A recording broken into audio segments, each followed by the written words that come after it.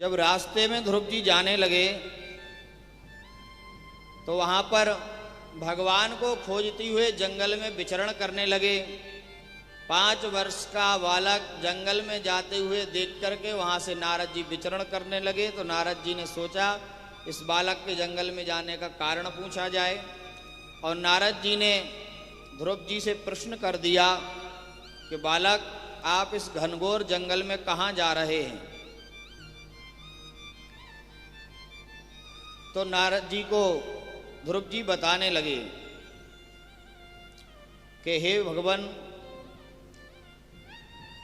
हम जंगल में भगवान को प्राप्त करने के लिए जा रहे हैं, भगवान की तपस्या के लिए जा रहे हैं।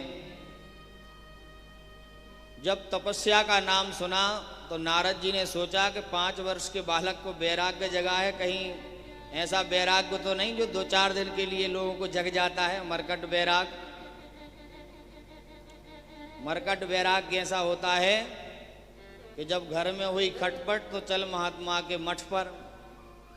2-4 दिन के लिए कोई लड़ाई झगड़ा हो गया तो अयोध्या, काशी, बनारस, वृंदावन चले गए। हम तो भाई अब जा रहे हैं और वहीं रहेंगे। फिर घर वाले फोन वगैरह लगाएंगे, चिट्ठी पत्री डालेंगे कि अब सब ठीक रहेगा। तो फिर पुनः आकर के और लड़का बच्चों की याद आने लगती है।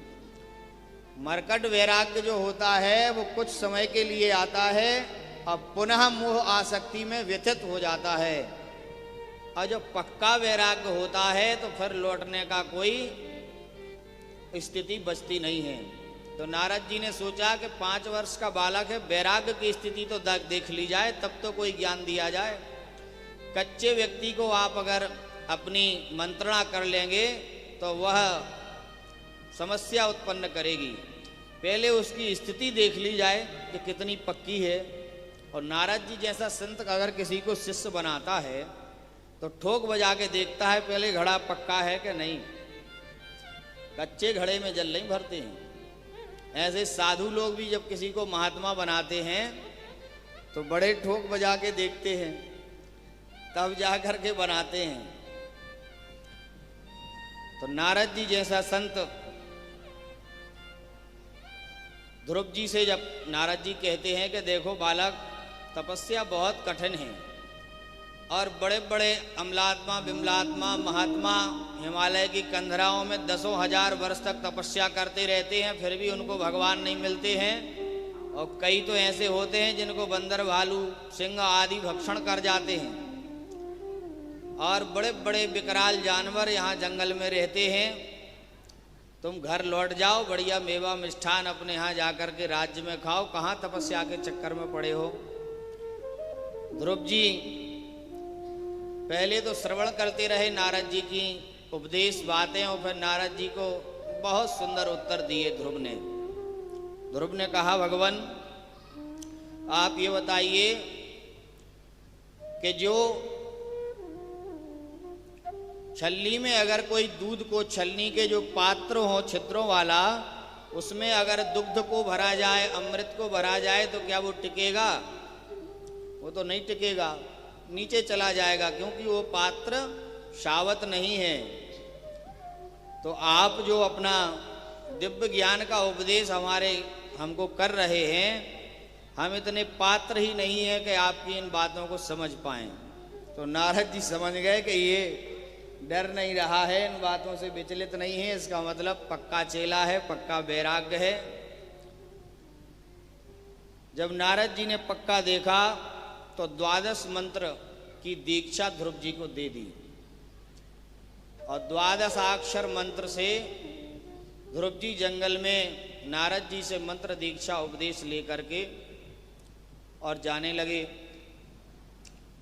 12 मंत्र कहते हैं जो मन में ही त्राण किया जाए, मन में ही उसका भजन किया जाए। आजकल मंत्रों के जो कीर्तन का विधान चल गया है, 12 मंत्र की भी कई लोग कीर्तन करते हैं, गायत्री मंत्र आदि का कीर्तन करते हैं। ये शास्त्र अनुकूल नहीं है। शास्त्रों में मंत्रों का कीर्तन करने का कोई विधान नहीं है, केवल एक मंत्र का कीर्तन किया जा सकता है। राधे कृष्ण कृष्ण कृष्ण राधे राधे, राधे श्याम श्याम श्याम राधे राधे। हरे राम राम राम हरे हरे, हरे कृष्ण कृष्ण कृष्ण हरे हरे। इस मंत्र का कीर्तन किया जा सकता है, बाकी कोई भी वैदिक मंत्रों का कीर्तन नहीं करना चाहिए। यद्यपि उच्चारण करके भी मंत्र का जाप नहीं करना चाहिए। 3 प्रकार की फलश्रुति मंत्र की होती है। जो उत्तम क्वालिटी की फलश्रुति जीव को प्राप्त होती है, वो अधरोष्ट को बंद करके केवल मन में उस मंत्र को चिंतन करके नेत्रों में उसको देखा जाए और हृदय में उस मंत्र की और जो हमारे इष्ट हैं उनकी छवि, उनकी मूर्ति को हृदयांतरकरण में धारण किया जाए। इस प्रकार की स्थिति में जो जप किया जाता है वो उत्तम क्वालिटी का होता है। और जो थोड़े थोड़े ओंठ हिलते रहते हैं, आवाज़ नहीं आती है, वो मध्यम। और अगर मुख से आवाज़ आ रही है और आप मंत्र जप कर रहे हैं तो वो अधम श्रेणी में आता है। और आज के समय में मंत्रों को खूब गाना की तरह गाया जाता है, वो शास्त्र उचित नहीं है, उसका कोई फल भी नहीं है।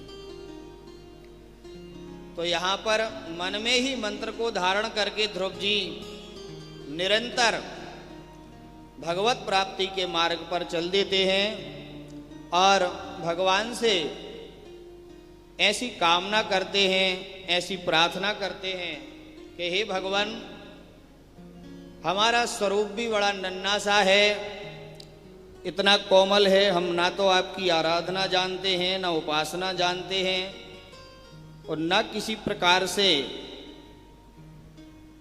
हमारी कोई योग्यता है।